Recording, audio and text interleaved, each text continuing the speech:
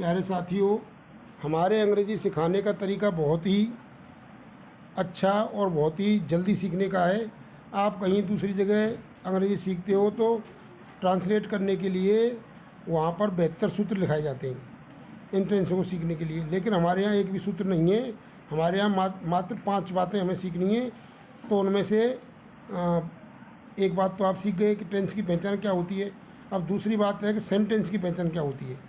तो सेंटेंस तो आप जानते ही हैं, 2 या 2 से अधिक शब्दों का समूह जो कोई अर्थ निकलता हो। जैसे मोहन भरतपुर जाता है, मीरा गाना गा रही है, तो ये आदि सब सेंटेंस हैं। तो ये कितने प्रकार के होते हैं? अनेक प्रकार के होते हैं, लेकिन हम यहाँ इन वाक्यों में जो इन टेंसों में प्रयोग होते हैं वो मात्र 6 प्रकार के हैं।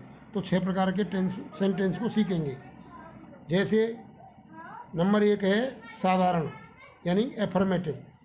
साधारण, सिंपल, इसको अंग्रेजी में सिंपल या अफर्मेटिव कहते हैं। साधारण, ये साधारण है। तो इसमें क्या है कि बिना नहीं का, बिना क्या क्यों का कोई भी प्रश्नवाचक शब्द नहीं आ रहा, नहीं भी नहीं आ रही, तो सिंपल होता है। जैसे मीरा गाना गा रही है, मोहन भरतपुर जाएगा, तो ऐसे शब्द हैं। मोहन सो रहा है, 2 बजे से राधा पढ़ रही है, आदि वाक्य बिना नहीं के, बिना क्या क्यों के, ये सिंपल कहलाते हैं। और अगर ऐसे सिंपल सेंटेंसों में नहीं और लग जाए तो उसे हम नेगेटिव कहते हैं। जैसे मीरा गाना गा रही है, ये तो सिंपल है, और मीरा गाना नहीं गा रही है, तो ये नेगेटिव हिंदी में बोलते हैं इसको, नकारात्मक। तो इस तरह से ये होता है। अब तीसरे नंबर के आते हैं इंटरोगेटिव। तो इंटरोगेटिव 2 तरह के होते हैं।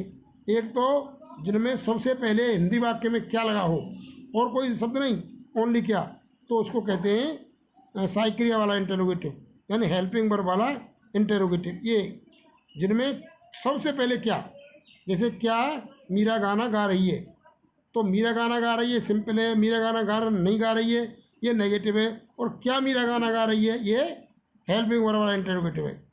और अगर इसमें नहीं और लग जाए, हेल्पिंग वर्ब वाले इंटरोगेटिव में नहीं और लग जाए, तो वो हेल्पिंग वर्ब वाला इंटरोगेटिव नेगेटिव हो जाता है। जैसे क्या मीरा गाना नहीं गा रही है, क्या मीरा गाना नहीं गा रही है, ये क्या है, हेल्पिंग वर्ब वाला इंटरोगेटिव नेगेटिव। अब आता है दूसरा WH शब्द वाला।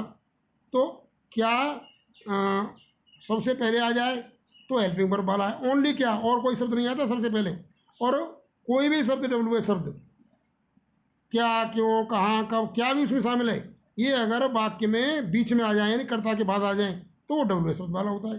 तो इस तरह से आप इनको याद करेंगे। तो ये WH शब्द वाला इंटरोगेटिव।